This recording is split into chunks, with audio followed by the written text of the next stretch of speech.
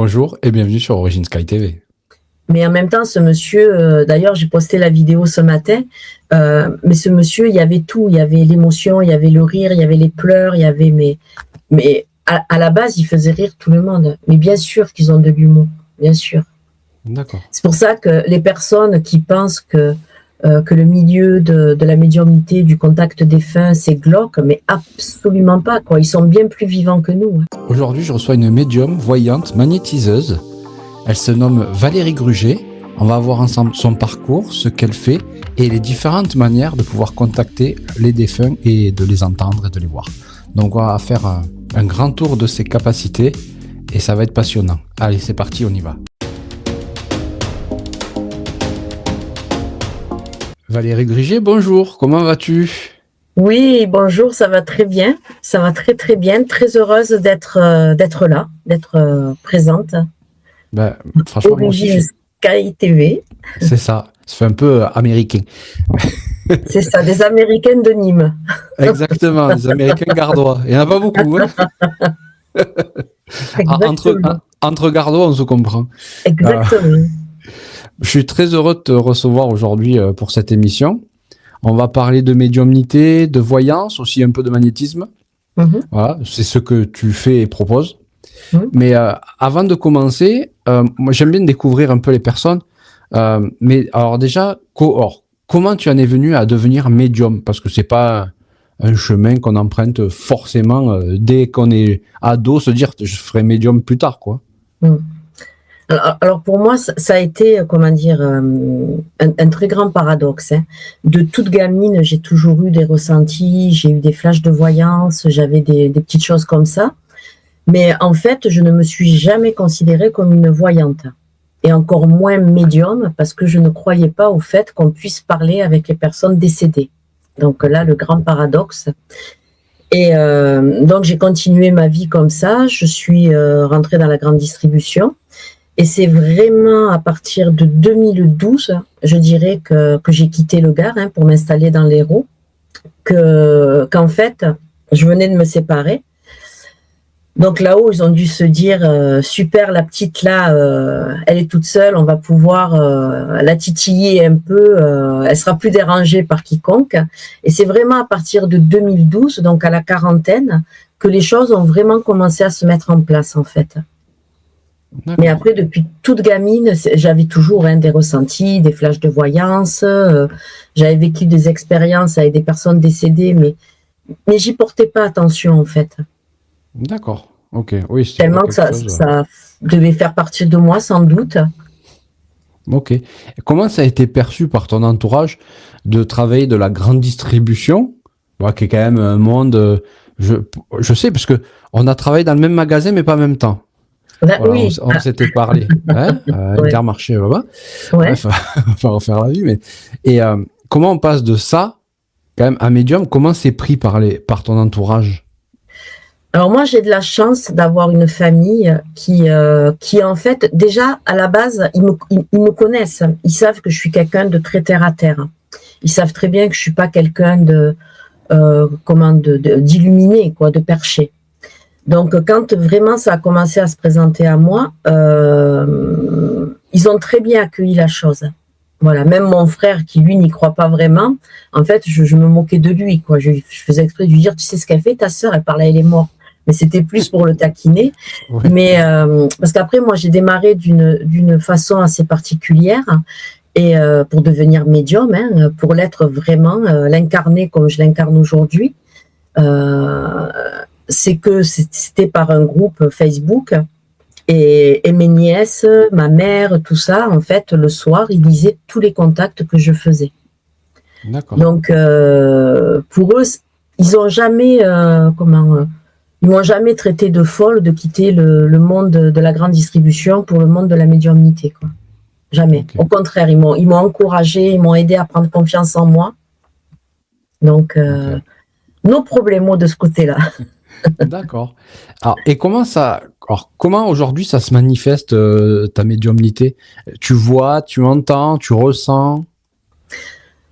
En fait, je suis pas une médium Clairvoyante. Quand je dis clairvoyante, je le suis, mais pas comme certains médiums qui en fait vont voir les défunts comme je te vois toi, ou d'autres qui vont voir des hologrammes, des choses comme ça.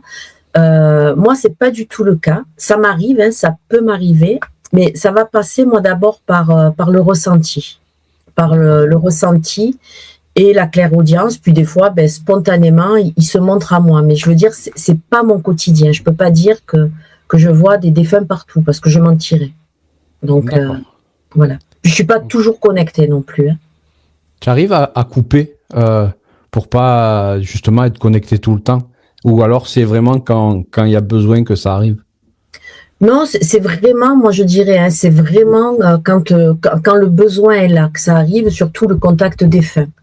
Après, comme je dis tout le temps, moi si, admettons, il m'arrive de croiser du monde, d'avoir des pensées qui me traversent, hein, mais déjà, je suis pas une médium intrusive. Si tu me demandes rien, je te dis rien. D'accord.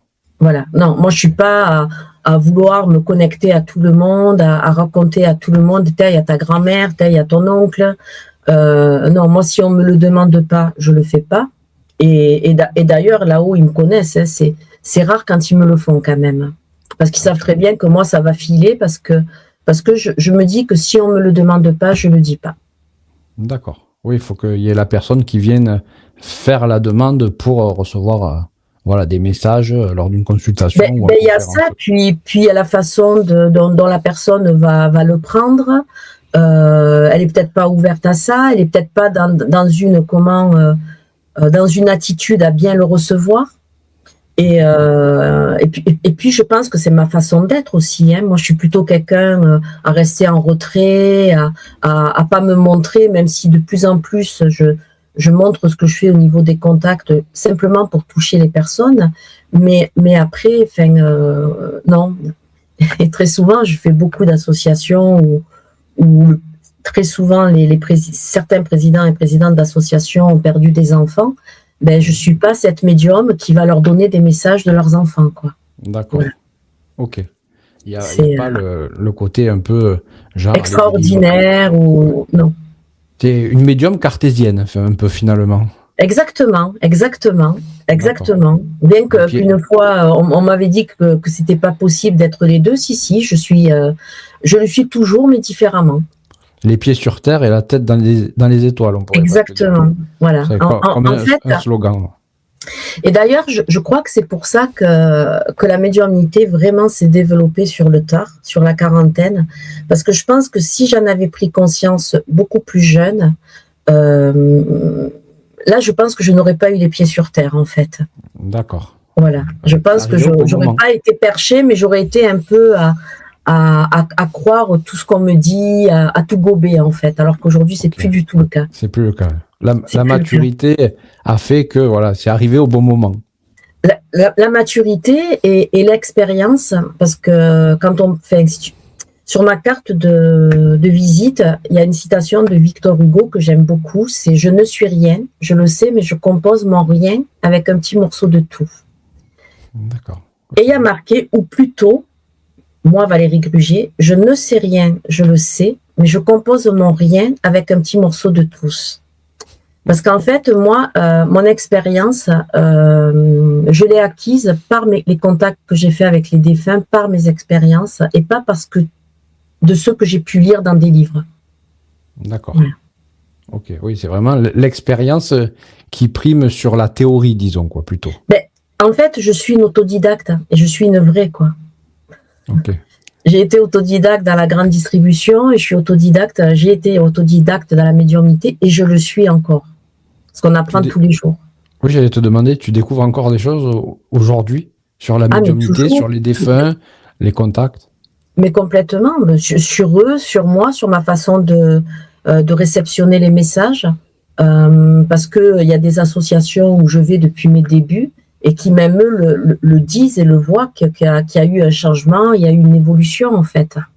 D'accord. Parce que sans doute je leur fais plus confiance, peut-être que j'y mets moins le mental. Quand je dis moins le mental, peut-être plus de spontanéité.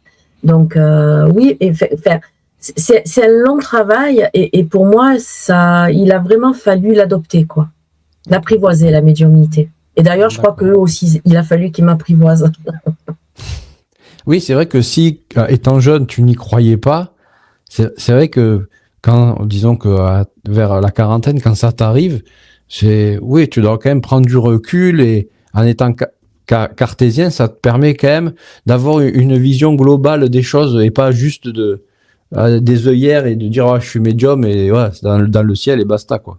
Mais tout à fait, mais après, tu vois, le paradoxe vis-à-vis de moi, je suis un grand paradoxe, hein, c'est que, par contre, je m'intéressais énormément à la voyance. Je rêvais d'être voyante. C'était quelque chose, je me rappelle, je tirais les cartes à des copines, j'étais ado, je me rappelle qu'il y avait de la surprise dans leurs yeux.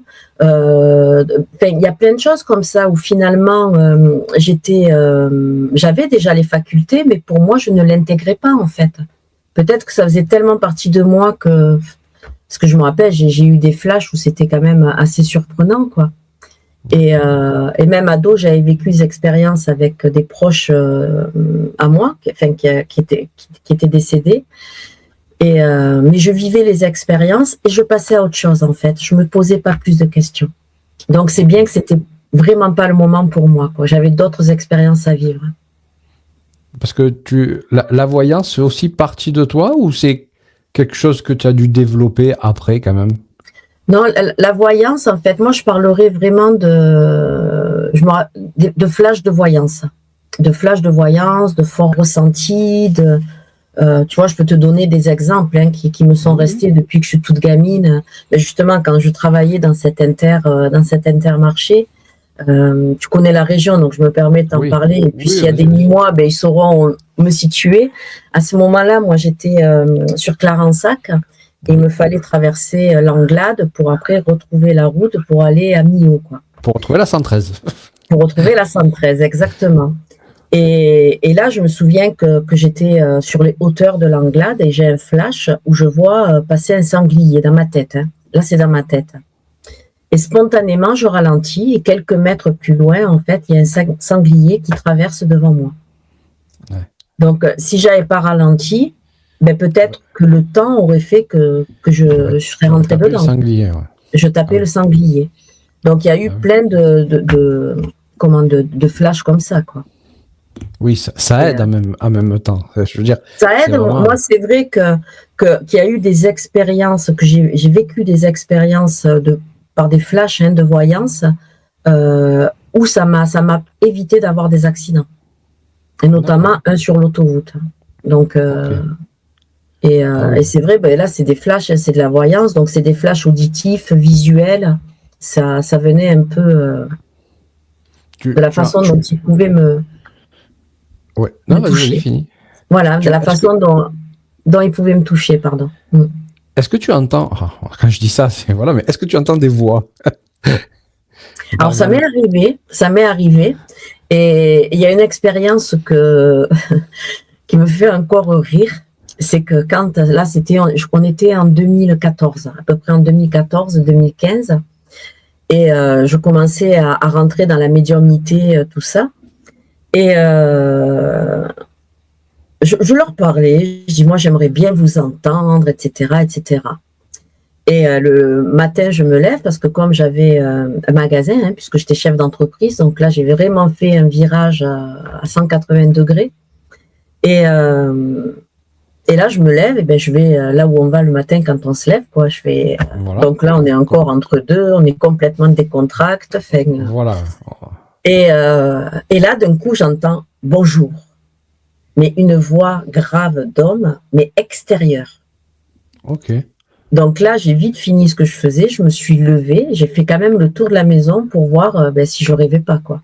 Ou s'il n'y avait pas quelqu'un. Ça m'avait surprise. Mais après, ça va être de temps en temps. Je peux pas dire tout le temps. D'accord. Oui, de temps en temps, ça arrive. Ok. Et voilà, ça m'est arrivé. Ces voix, tu sais d'où elles proviennent?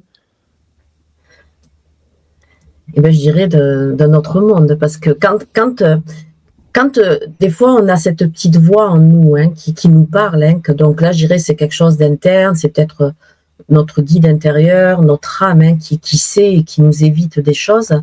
Mais quand ça vient de l'extérieur, pour moi, c'était un guide. Hein, c'était un guide, puisque à ce moment-là, c'est vraiment vers là que ce milieu que je voulais vraiment comprendre, le monde des guides.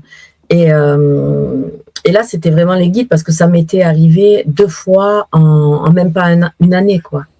D'accord. Donc, ils étaient vraiment là, quoi, pour me dire, on est là, on arrive. Okay. Aujourd'hui, la communication avec les guides est plus présente? Est-ce que tu échanges plus? Ils ont plus de cheveux avec moi, les guides. Ils ont vraiment plus de cheveux. Ah non, ils ont plus de cheveux, tellement que ils sont patients. Hein. Il leur a fallu vraiment beaucoup de patience avec moi. Mais aujourd'hui, je dirais que je les ressens un peu plus, mais moi, j'admire ces médiums qui sont en communication H24 avec leur guide. Parce que moi, je leur parle, mais je les entends pas tout le temps. Donc, voilà. D'accord.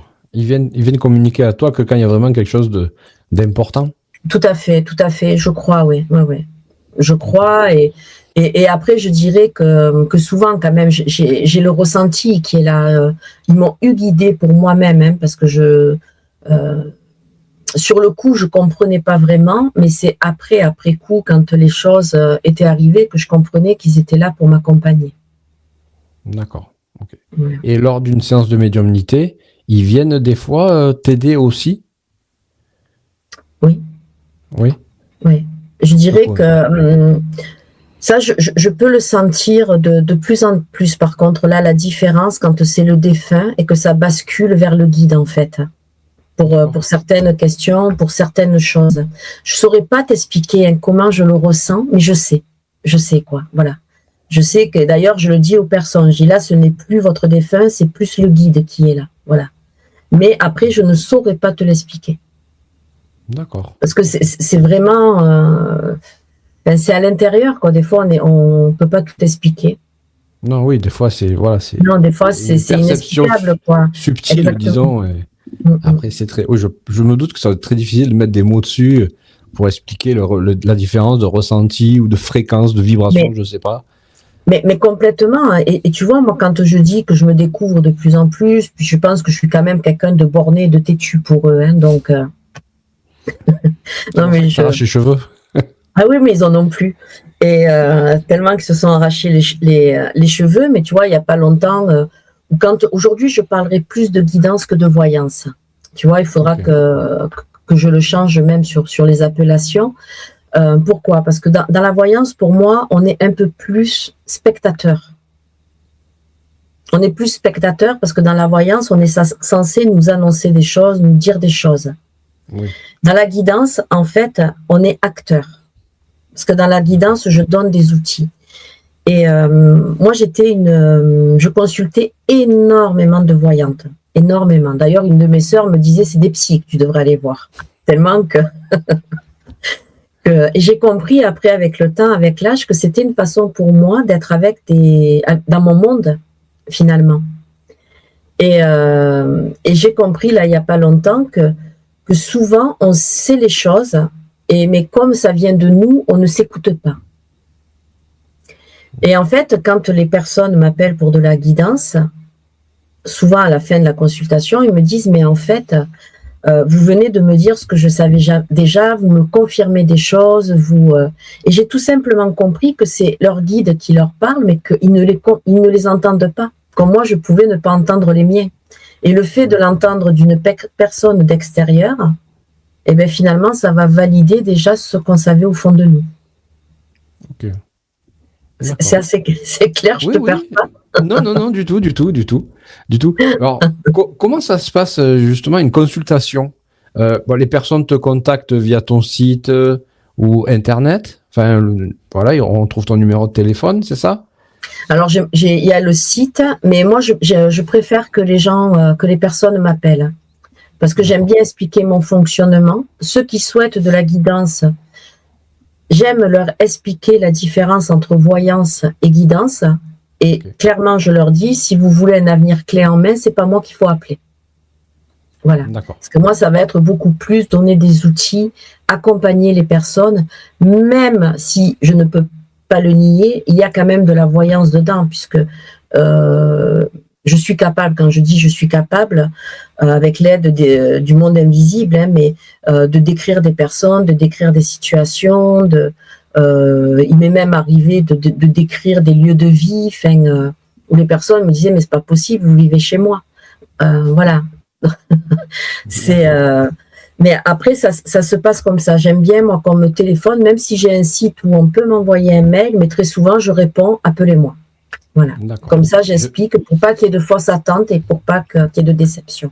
Ouais. De toute façon, je mettrai en description sous la vidéo le lien avec ton site ainsi que ton numéro de téléphone et tes réseaux sociaux pour les personnes qui voudraient te suivre, te contacter. Quand une personne t'appelle pour une consultation en médiumnité, est-ce qu'il y a un protocole que tu mets en place de ton côté ou quelque chose que tu demandes aux personnes qui viennent te voir? Pas du tout. Pas du tout? Non. Moi, j'ai aucun protocole, mais vraiment aucun. D'accord. À la limite, le seul protocole que j'ai quand je fais des consultations, c'est de m'adresser aux défunts ou aux guides et de me donner vraiment les meilleures informations qu'ils puissent pour le consultant. Mais après, j'ai pas de protocole de protection, j'ai pas de protocole de quoi que ce soit. La seule chose que je demande aux personnes, c'est de ne pas prendre de jours de congé exprès pour la conférence, pour le rendez-vous, pardon, parce qu'il se peut que les défunts ne soient pas là le jour J. Si je suis fatiguée, je me réserve le droit de décaler les rendez-vous, parce que comme je bouge tous les week-ends, ça prend quand même pas mal d'énergie. Bien sûr. Mais après, je dirais c'est seulement ça, et surtout ce qui concerne le contact défunt, c'est de leur dire de ne rien attendre en fait. Voilà. Okay. D'être dans l'accueil, tout simplement. D'accord. Il n'y a pas besoin de photos ou... Il peut y avoir, si, besoin de photos, oui, une photo la plus neutre possible et sans rien me dire, ni prénom, ni date de décès, rien du tout, je veux rien savoir. Juste bonjour, voici la photo. Ok, d'accord, oui. Pour le rendez-vous. Ça montre que voilà, il n'y a pas de comment on appelle ça? De tricherie. Voilà, oui, de mentalisme, on peut dire. Exactement. Puis en plus, moi, il faut savoir que moi, j'ai démarré la médiumnité, le contact défunt, derrière un écran d'ordinateur. C'est-à-dire? Tous les contacts défunts que je faisais, en fait, je les faisais par écrit. D'accord. Okay. Je les faisais par écrit, je ne voyais pas le consultant. Il y avait juste une photo. Et en fait, même aujourd'hui, quand on me téléphone, je ne prends que le prénom. Et si c'est pour de la guidance, prénom et date de naissance. C'est tout. Ok. Les photos. Pour être le plus neutre possible. Exactement, pour être le plus neutre possible. Et les photos, je demande à ce qu'on me les envoie le jour même. Et le plus neutre possible. Voilà. Ouais, finalement, tu as un protocole, mais pour être vraiment la plus neutre et pas d'avoir des... Comment... Pas le mot, il veut pas venir. Hein, mais d'avoir des suspicions de quoi que ce soit, quoi. Mais exactement, et c'est, tu vois, même quand je fais beaucoup de médiumnité publique dans des associations, etc., et bien souvent, hein, je me mets toujours à l'écart, en fait, du public. Alors, c'est pas parce que je veux les snober, hein, pas du tout. C'est simplement que je ne veux rien savoir d'eux. Parce que des fois, tu peux entendre des conversations. Moi, je me tiens vraiment à l'écart, de manière à, pour la partie contact défunt, être la plus neutre possible et partir d'une page blanche. D'accord. Ok. Oui.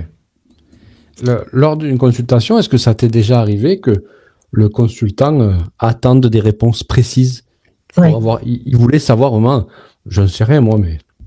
Ou est-ce que Pépé avait caché le magot, n'importe, tu vois, mais... mais ça arrive, mais exactement, ça arrive, ça. Les secrets de famille aussi, et il y a quelque chose qui est hyper important à comprendre avec les contacts défunts, et d'ailleurs, c'est le thème de toutes mes conférences de plus en plus, c'est vraiment de leur dire qu'il ne faut rien attendre. C'est pas parce qu'ils veulent quelque chose qu'ils l'auront. Voilà. C'est pas parce qu'un défunt il passe de l'autre côté du voile que ça y est, il va nous raconter tous les secrets de famille, de savoir qu'il va nous dire où est caché le magot. Non, en fait, ils restent avec souvent leur caractère, leur tempérament. Enfin, donc c'est pas parce qu'ils passent de l'autre côté que ça devient d'une certaine façon des anges. Oui. Est-ce que quand ils sont de l'autre côté, justement, tu dis qu'ils gardent leur caractère, leur tempérament, leur personnalité, est-ce que avec le temps, est-ce que quand même il y a une évolution? Est-ce que je sais pas, mais vu qu'ils sont de l'autre côté, on peut imaginer qu'ils sont plus dans de la lumière, hein, forcément. Mais est-ce qu'il y a une évolution? Est-ce que leur compréhension change? Est-ce que leur tempérament évolue, s'adoucit? Est-ce qu'il y a des changements au fur et à mesure des années? Alors oui, il y en a qui vont... là, je te parlerai toujours de par mes expériences. Hein. Tu vois, même cette lumière dont tout le monde parle, moi, je pense que c'est une métaphore. Je pense qu'en fait, la lumière est plus à l'intérieur des défunts. Comme nous, ici, on cherche notre propre lumière, en fait. Okay. On cherche à aller de mieux en mieux. Mais déjà, si un défunt se présente en ayant évolué, le consultant ne va pas le reconnaître. Oui, ça c'est certain. Oui, il y a plus de chances qu'elle. Voilà. Donc forcément, il y en a qui disent mais il change pas. Mais si il change, mais si je vous en parle comme il était, comme il est aujourd'hui, en fait vous n'allez pas le reconnaître. Vous allez dire n'importe quoi, c'est pas lui. Hein. Voilà. Oui, forcément. Voilà. Donc ils se présentent toujours tels qu'ils étaient. Il y en a qui... en fait, il n'y a pas de vérité, quoi. Il y en a qui vont évoluer rapidement. Il y en a d'autres qui, rien que le fait déjà de venir ou de venir parler devant un public, on peut dire que c'est une forme d'évolution.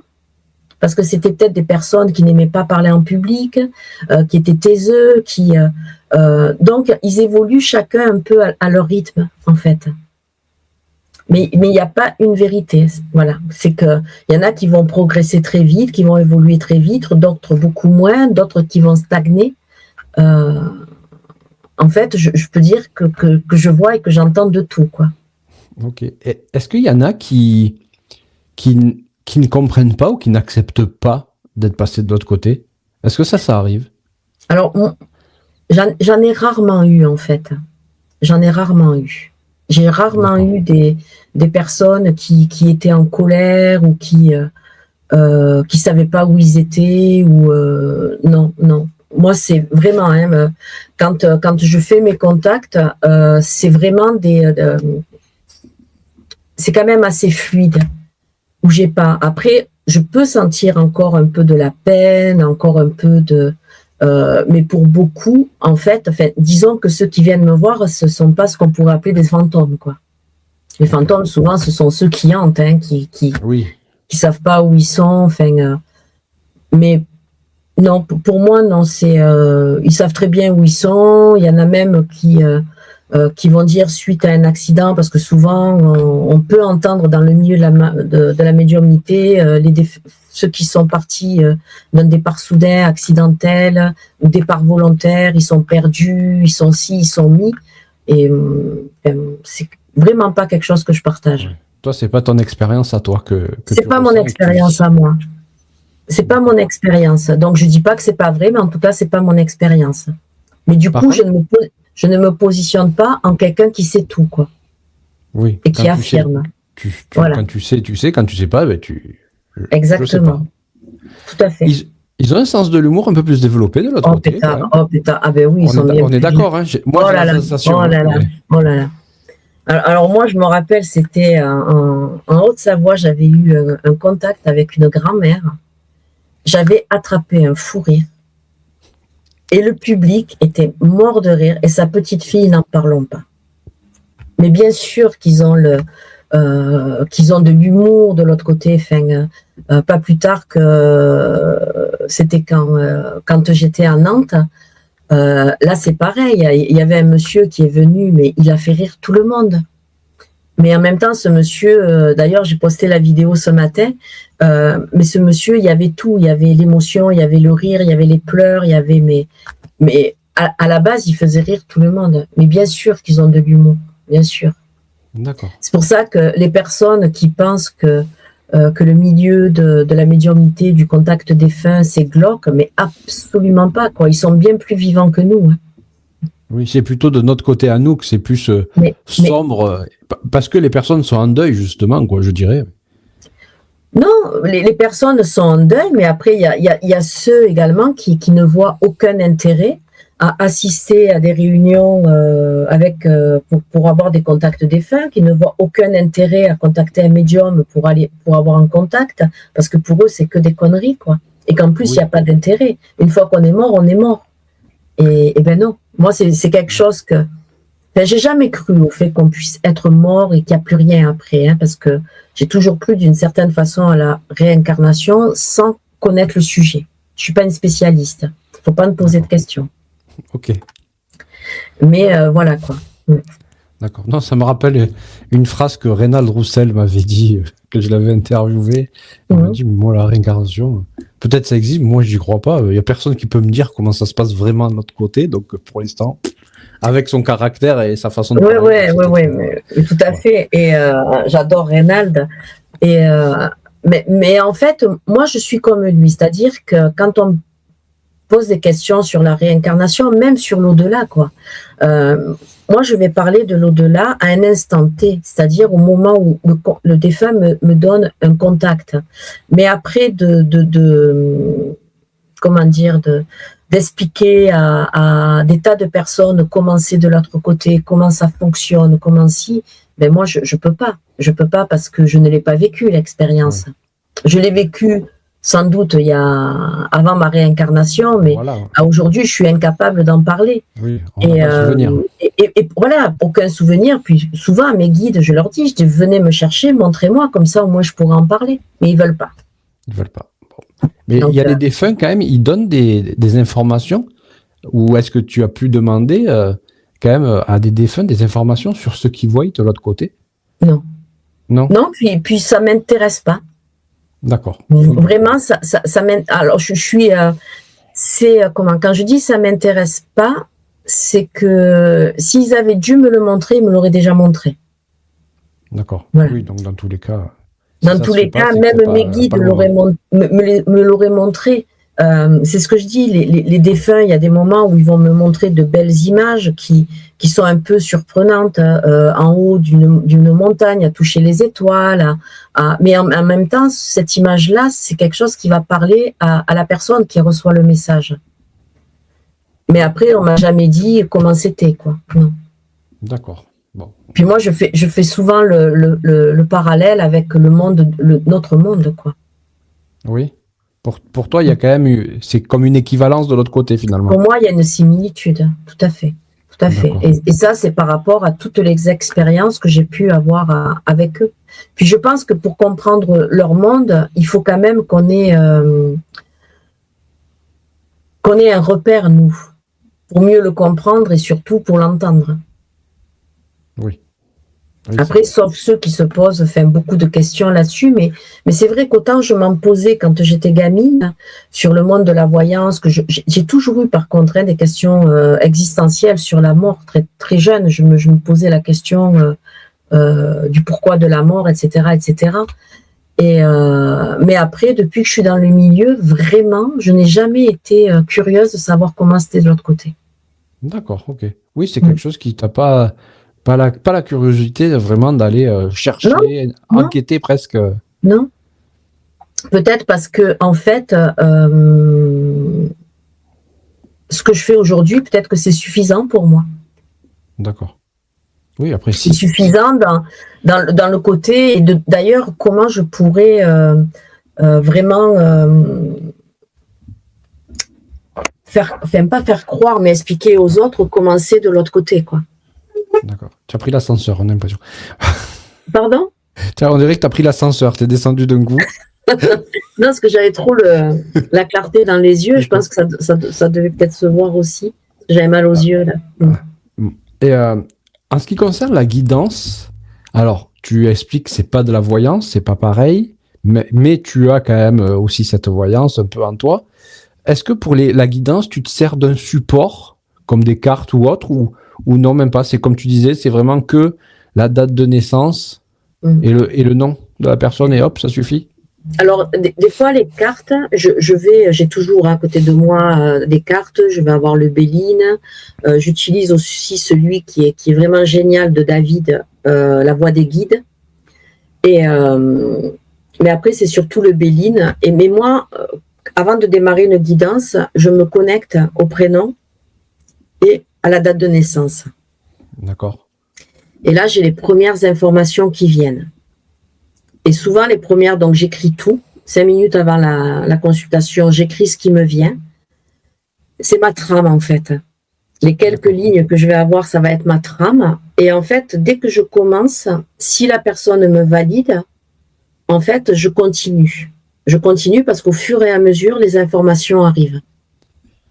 Les informations, la compréhension du message, le pourquoi du comment. Mais comme je dis tout le temps, les guidances se suivent mais ne se ressemblent pas, en fait. Il va y avoir des personnes qui vont faire une guidance avec moi où finalement, elles n'auront même pas besoin de poser leurs questions parce que la consultation va y répondre d'elle-même. Et il y en a d'autres où ça va être un peu plus, je dirais pas compliqué, mais moins fluide en fait. D'accord. Moins fluide. Ça va dépendre le consultant que tu as en face de toi. Ben, le consultant ou peut-être moi. Le lien. Voilà, exactement. Ou peut-être que moi, en fait, on va me montrer l'interrogation, le sujet du moment, alors que la personne pense qu'elle a déjà travaillé sur elle et que c'est pas le cas. Mais on me le montre toujours. Ok, d'accord. Oui. Et toi, ton ressenti entre de la médiumnité, de la guidance, est-ce que c'est le même ou c'est pas le même canal? Ben, de fait, enfin, en tant qu'humain, c'est le même canal. Parce que, on reçoit soit par le chakra coronal, on sent bien que ça vient de là, ça peut être par la clairaudience, la clairvoyance, le clair ressenti. Mais après, pour moi, la guidance, ça vient par les guides. Le contact défunt, c'est les défunts. La médiumnité, en fait, c'est être entre deux. Entre le monde visible et le monde invisible. Donc le monde invisible, ce sont les défunts, ce sont les guides, ce sont également sans doute les galactiques, etc., etc. Moi, c'est pas ma spécialité non plus, mais en fait, le médium, c'est un canal, en fait. Oui, c'est un pont. C'est un pont, c'est un canal, c'est un récepteur-émetteur. C'est vraiment... quand moi, je fais du contact défunt ou de la guidance, je vais parler en privé, ou même des fois en public, il n'y a aucun jugement, quoi. Moi, je ne suis pas là pour juger, je ne suis pas là pour donner mon point de vue, en fait. Je suis juste là pour transmettre des messages. D'accord. Et justement, de transmettre des messages, est-ce qu'il y a des fois où il y a des personnes qui viennent te voir et le défunt vient, mais il lui dit, enfin, non, j'ai rien à lui transmettre ou je ne veux pas lui parler, je ne veux rien lui dire. Ah, mais ça peut arriver. Ça arrive? Mais ça peut arriver, mais complètement. C'est pour ça que... le gères après ça? Alors, comment je le gère? En fait, moi, ça m'est souvent arrivé en médiumnité publique, où une fois, je me rappelle, j'étais dans une association où je prends la photo, et là, j'entends clairement dans mon oreille, je ne vois pas l'intérêt. OK? Donc, je me demande à qui la photo. La dame était au premier rang. J'étais contente qu'elle soit au premier rang. Donc, du coup, moi, je me rassois. Et je lui dis, mais parce qu'en même temps, j'entendais, j'ai dit, mais vous la connaissiez bien, cette personne? Et la dame me dit non. J'ai dit, ah, OK, je comprends mieux. Je dis, parce qu'en fait, elle ne voit pas l'intérêt d'avoir posé sa photo sur la table. D'accord. Donc, de l'autre côté, ils savent ce qu'ils veulent. Ils peuvent également, enfin, ça, je le ressens dans mon corps, que des fois, si la personne en face ou au téléphone, parce que moi, je travaille essentiellement par téléphone, si la personne au téléphone, elle reste bloquée sur quelque chose, le défunt, de l'autre côté, peut s'agacer, quoi. Et au bout d'un moment, il dit, c'est bon, on arrête, quoi. Ou il dit, on arrête, ou il va envoyer quelque chose qui va faire réagir la personne. D'accord, ok. Oui, mais forcément. Et comment ils réagissent, les gens, quand je sais pas, quand tu leur dis, ben non, mais en fait, je veux pas vous parler, quoi. Comment... Mais cette dame, elle n'avait pas compris. Et puis après, il y en a d'autres que je leur explique, si j'ai l'information, c'est peut-être qu'il consulte trop, c'est peut-être qu'il en a marre de répéter les mêmes choses. D'accord. Voilà, parce que en fait, il y a des personnes qui ça devient presque comme une addiction, quoi, qui sont toujours en train de poser des questions à leurs défunts et qui ne comprennent pas les réponses. Et moi, j'ai souvent tendance à dire, pour ne pas dire toujours, les défunts ne sont pas des voyants. Oui. Je pense que quand on contacte un défunt, c'est parce que vraiment on veut savoir comment il va, on veut avoir quelques réponses. Ils peuvent nous donner des conseils, mais après, il ne faut pas prendre une consultation juste pour avoir des questions existentielles, quoi. De la vie de tous les jours, est-ce que je dois changer de travail, est-ce que je dois... en fait, moi, je suis assez carré aussi, donc quand on me contacte, c'est ou l'un ou l'autre. Voilà. Ou je propose une séance mixte, ou je fais un 50-50. D'accord. Mais après, moi, je propose pas, oui, au petit bonheur, la chance, c'est soit un défunt, soit les guides. Non, c'est moi, l'un ou l'autre, en fait. Ok. Oui, ça les saoule qu'ils soient rappelés tout le temps par la même personne qui va voir X médium ou qu'à chaque conférence, ils sont là. Ça peut. Et là, je vois, dimanche, là, j'étais en association à Avignon. Et comme c'est filmé, je mettrai la vidéo sans doute. Mais c'était sa fille. Et sa fille, en rigolant, lui disait, mais de toute manière, tu me poses toujours les mêmes questions. Donc voilà, et en plus, tu me poses 15 questions à la minute. Et sa mère était morte de rire. Enfin, quand je dis morte de rire, ça la faisait rire et sourire parce qu'en fait, c'était complètement ça, quoi. Donc, il y en a comme sa fille, parce que c'était un petit jeu entre elles, c'était un peu leur quotidien, mais où elles le prennent toutes les deux en plaisantant, mais il y en a de l'autre côté qui s'agacent. Hein. Moi, là, j'étais en conférence justement chez David, où à un moment donné, je donnais un message à une dame. David Fontaine, pour préciser. David Fontaine, pardon, oui. Et mon poupou. Mon poupou One, David Fontaine. Et en fait, et Vincent, c'est Poupoutou. Et donc, et ben là, je sentais, je parlais à la dame, mais à un moment donné, à l'intérieur de moi, ça bouillait, et j'ai eu l'impression presque de l'envoyer promener la dame. Et parce qu'on faisait un contact avec David, un tour chacun, donc je me suis rassise, et à la fin, la dame est venue me voir, mais oui, mais en tout cas, c'était complètement lui. Je dis, je suis désolée, j'ai eu l'impression un peu de vous envoyer promener. Je dis, mais c'était lui, je sentais que je bouillais. Elle me dit, mais par contre, ça lui ressemble. Donc, je peux ressentir les émotions des défunts dans mon corps aussi. D'accord, c'était ma prochaine question en plus. Donc, voilà, mais tu vois, est-ce que je serais médium? Je sais pas. Je sais pas. Non, mais oui, tu ressens du coup les émotions quand même des défunts. Oui, eh ben oui. C'est pas trop dur à gérer des fois parce que ils doivent, même si de l'autre côté ils ont un sens de l'humour plus développé, il y a quand même de la tristesse peut-être des fois. Eh ben, en fait, exactement. Là, c'était à Nantes et c'est toujours la même vidéo dont je parlais tout à l'heure, ce monsieur où il y avait de l'émotion, où à un moment donné, on était en train de rire, puis il commence à dire quelque chose et moi, je m'arrête d'un coup parce que je sens l'émotion qui monte. Et j'étais mal, hein, parce que à un moment donné, j'ai pleuré, quoi. D'accord. J'ai pleuré, mais je n'arrivais pas à retenir ces émotions-là. Ce n'étaient pas les miennes, ça c'est sûr. C'était les siennes, en fait. C'était l'émotion d'être là, de pouvoir parler à ses proches, de pouvoir également prendre conscience que finalement, il était aimé plus que ce qu'il pensait. Enfin, même s'il était aimé, hein, mais donc beaucoup d'émotions. Et là, c'est dur parce que pour moi, là, je n'ai pas réussi vraiment à me retenir. Tout comme ce monsieur où il bouillait, je sentais que moi, à l'intérieur, j'étais en train de m'agacer, mais c'était pas moi, en fait. Hein. C'était lui, quoi. D'accord. Ça doit être difficile à gérer ces émotions quand c'est pas les tiennes. Ça doit pas être évident tous les jours, quand même. Hein. Ben, y a des moments où ça l'est pas, surtout quand on s'y attend pas. C'est-à-dire que moi, les pleurs, je ne m'y attendais absolument pas, ça me prend d'un coup. Et là, même cet agacement de la personne, enfin son tempérament, je dirais, et je m'y attendais pas non plus, quoi. Voilà. Oui. Parce que j'ai eu quand même un côté à me dire, mais tu vas t'excuser auprès de la personne quand à la fin pour lui dire que. Et en fait, au fur et à mesure que ça retombait, on me disait que c'était pas moi, mais c'était le défunt. En fait. Ok.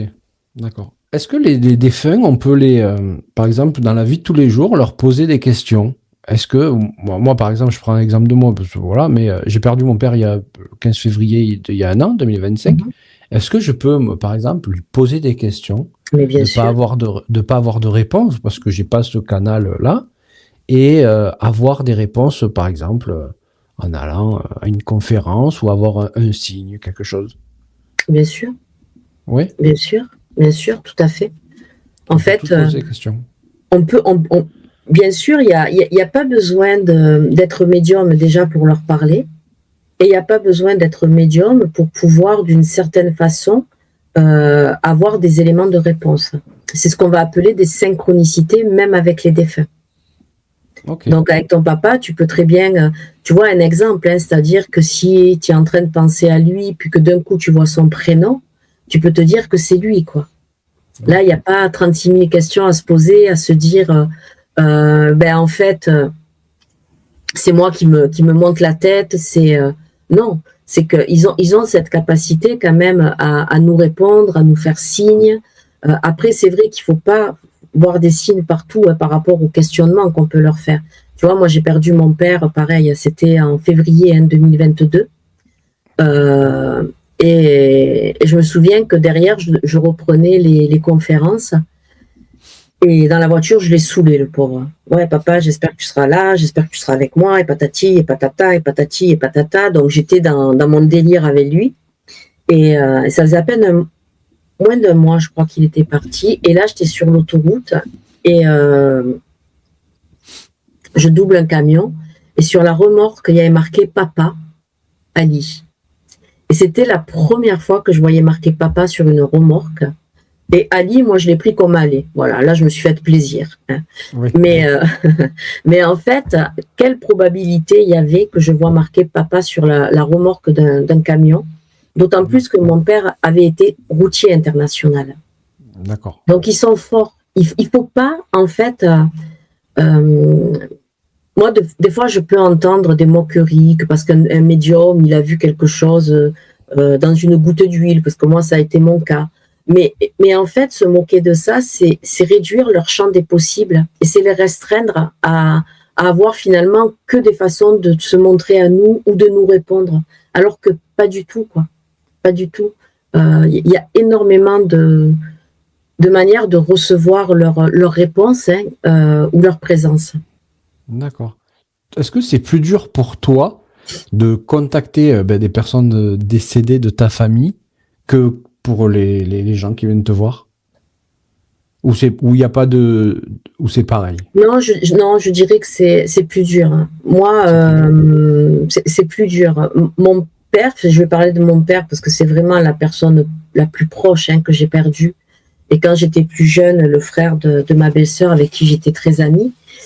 Mais parce que quand tu es médium et que quand j'ai perdu mon père, à la limite, tu te dis où est le vrai contact et où sont mes souvenirs, parce que je connais mon père, même si je le connais pas depuis qu'il est né. Mais où est le mental, quoi? Tu vois, où est vraiment voilà, son message et où est mon mental. Et donc, c'est beaucoup plus compliqué, oui. D'accord, ok. Oui, c'est pour ça que moi, tu vois, pour répondre à ta question, excuse-moi, je te coupe, c'est vraiment de poser des questions parce que tu peux avoir tes réponses. Hein, tu peux avoir tes réponses. D'accord. Justement, les réponses, les synchronicités, les signes, est-ce que... Comment différencier un signe du hasard? Parce que oui, comme tu dis, je suis d'accord. Si on veut, on voit des signes partout. Voilà. Si on a envie, voilà, c'est comme ça. Mais comment différencier des vrais signes des faux, on va dire? Mais moi, j'aurais envie de te dire, c'est toutes les vibrations que tu vas avoir dans ton cœur, dans ton corps. C'est si tu penses spontanément à la personne. Et c'est pas penser à la personne et chercher des plumes partout, quoi. Oui, voilà. Voilà, tu vois. Tandis que là, en fait, la plume, parce que c'est souvent les plumes, la plume, finalement, va peut-être se matérialiser à un endroit où c'est peu probable. D'accord ? Okay. C'est sûr que si tu vas à la gare de Nîmes et que tu penses à ton père ou que je pense au mien, il n'y a que des plumes par terre, avec tous les pigeons qu'il y a. Des pigeons partout. Voilà, exactement. Donc, tu vois, c'est là où, en fait, il faut faire la différence. Il ne faut pas voir des signes partout, mais moi, comme je dis souvent, c'est le cœur. C'est le cœur, ça ne trompe pas le cœur. À partir du moment où, spontanément, si tu vois une plume, tu penses à lui, ne te pose pas 36 000 questions derrière qui vont te faire plus de mal que de bien. C'est-à-dire que la plume, à ce moment-là, elle t'aura apporté du réconfort. Elle t'aura apporté un peu de positivité par rapport à lui. Et si derrière, tu as ton mental qui reprend tout, non. C'est-à-dire, c'est vraiment la première impulsion. D'accord. Ok, oui, c'est vraiment la première sensation, exactement, la première impulsion, comment ça vibre dans ton corps, la première pensée que tu as, est-ce que ça te fait penser à lui, quand je dis à lui et à d'autres, pour tous ceux qui cherchent les signes, parce que souvent on demande au médium, mais est-ce que c'était bien lui? Mais finalement, celui qui trompe pas, c'est le cœur, quoi. C'est l'émotion qu'on a reçue au moment où, exactement. Ça trompe pas. Oui, où le médium nous délivre un message, ou au moment où on voit ce signe-là, on le ressent. Bon, moi, j'en ai vécu un. Voilà, il y avait la chair de poule de partout. Enfin, voilà, c'était... et ça a été instantané. Bon, c'était assez fou. Est-ce que quand une personne décède, est-ce qu'un médium peut le contacter de suite ou il y a un temps à respecter? Parce que alors ça, je pose la question parce que ça dépend. Non, mais on entend tout. Alors, est-ce que déjà c'est le cas? Et de deux, vu que suivant les personnes c'est différent, est-ce que ça va dépendre de la sensibilité du médium? Alors, je dirais que ça va dépendre de la sensibilité du médium et de ses croyances. D'accord. Parce qu'il y a des médiums qui ont des croyances aussi. Hein, oui. Pas forcément religieuses, mais moi, je peux répondre clairement qu'il n'y a pas de délai, en fait. Qu'il n'y a pas de délai et que c'est vraiment le défunt qui choisit. C'est lui qui choisit quand il veut venir ou pas. Moi, et vraiment, toutes les réponses, c'est par rapport à des expériences vécues. C'est-à-dire qu'une fois, j'étais dans une conférence. Le dernier message que je donne, c'est assez bien. Ils sont forts, là. Moi, je dis souvent, ils sont forts. Ils sont extraordinaires. Et c'était le dernier message de l'après-midi. Et c'était une copine d'une dame dans la salle. Et donc, je la sentais bien à côté de moi. Je dis tout ce que j'avais à dire. Elle la reconnaît. Et à la fin de la séance, cette dame, elle dit, je veux juste rajouter quelque chose. Elle dit, je voudrais juste ajouter qu'elle est partie il y a 48 heures. Oh, putain. Donc, 48 heures en sachant que les séances de médiumnité sont souvent le week-end, soit le samedi, soit le dimanche, ce qui veut dire que ces obsèques n'avaient pas eu le temps d'avoir lieu. Oui. Voilà, c'était pas... Et donc, elle était déjà là. Et donc, dans la salle, les gens, ils étaient... Et un monsieur qui dit, mais je comprends pas, on nous dit toujours qu'il faut un délai, etc., etc. Et moi, de lui répondre du tac au tac, comme quoi, monsieur, il n'y a pas de vérité. C'est eux qui choisissent. Oui. Et ça, tu vois, je l'avais fait également avec... j'avais fait une conférence à Toulouse avec une amie, Bénédicte Dufour, dont je t'ai parlé tout à l'heure. On était en binôme, une après l'autre. Et moi, j'avais fait... ma première partie, c'était la conférence sur les fausses croyances. Et en fait, justement, je dis qu'il n'y a pas de délai. Et elle, le contact qu'elle fait, quand on est au contact, elle donne le message d'une grand-mère, que ça faisait à peine 72 heures qu'elle était partie. Donc, ce que j'avais dit en conférence a été confirmé par cette grand-mère-là, juste dans la partie d'après. Ouais. D'accord. Donc, je crois qu'il faut... Pour moi, je pense que c'est l'humain. L'humain, il a besoin, en fait, de cadrer les choses. Il a besoin de règles. Il a besoin de vérité. Il a besoin de... Et je me dis, attention, parce ça rassure. Ça rassure, mais en même temps, ça rend les choses dogmatiques, en fait. On commence à rentrer dans des dogmes. Si ça fait pas 2 mois qu'il est parti, il peut pas venir.